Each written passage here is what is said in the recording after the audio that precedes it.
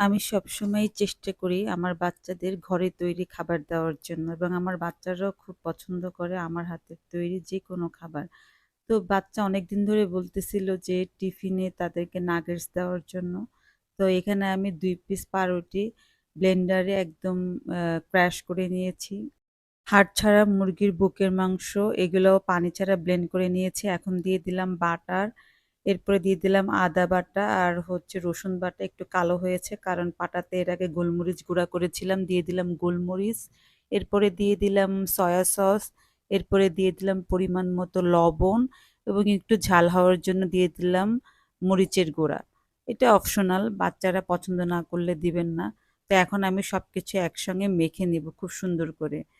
Nuggets বানানো এতটা সহজ, বিশ্বাস করেন আপনি একবার যদি ঘরে বানান আপনার আর বাহিরের খাবার কিনে খেতে ইচ্ছা করবে না।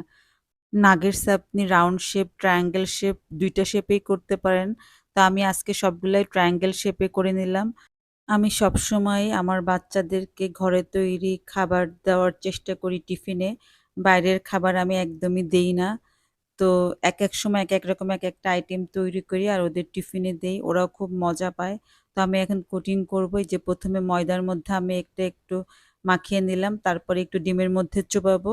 এরপরে আমি ব্রেড ক্রাম্ব দিয়ে এটাকে সুন্দর করে মেখে নিব। আমার নাগেটস কিন্তু রেডি। তো এইভাবে একটা করে সব বানিয়ে নিলাম। আমাকে আমার মেয়ে সাহায্য করেছে। এই যে সবগুলো হয়ে গিয়েছে।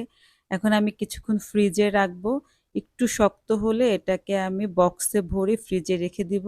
আমার যখন লাগবে তখন আমি এটা ভেজে নেব।